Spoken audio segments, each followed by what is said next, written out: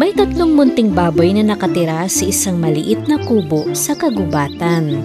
Isang araw, dinala ng panganay na baboy ang kanyang mga kapatid sa sapa.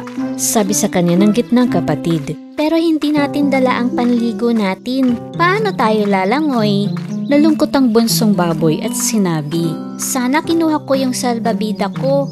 Ngunit ang panganay na baboy ay may ibang ideya sa kanyang isipan. "Ang mga bangka natin ang lalangoy, hindi tayo. Mangolekta tayo ng mga materyales at magkarera tayo ng bangka." Masayang naghanap ang tatlong baboy ng kanilang gagawing bangka. Ang bunsong baboy ay gumawa ng maliit na bangka mula sa papel. Ang gitnang kapatid ay gumawa mula sa mga dahon. At ang panganay ay gumawa ng malaking bangka mula sa balat ng puno. Pinwesto nila ang mga bangka sa tubig at nagsimula na ang karera. Sa kabilang dako, ang malaking masamang lobo ng kagubatan ay nagising sa kanyang pagkakatulog, nangangati at nagkakamot. Dahil matagal na siyang hindi naliligo, naghanap siya kung saan-saan ng maliliguan. Sa wakas nakita niya ang sapa kung saan nagkakarera ang mga baboy. Tumalon siya sa harap nila. Sabi niya,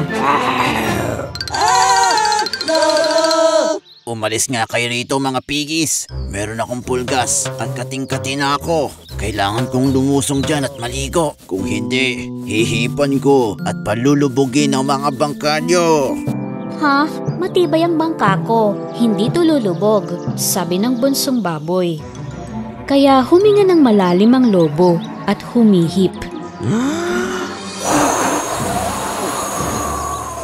Bumaligtad ang bangkang papel at lumubog. Walang tigil na umiyak ang munting baboy. Huminga ulit ng malalim ang lobo at humihip. Ang bangkang dahon naman ng gitnang kapatid ang lumubog.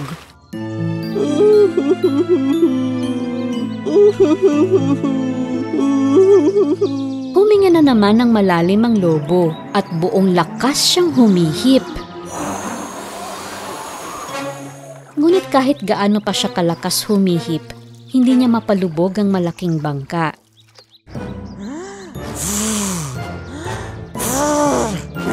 Lubog!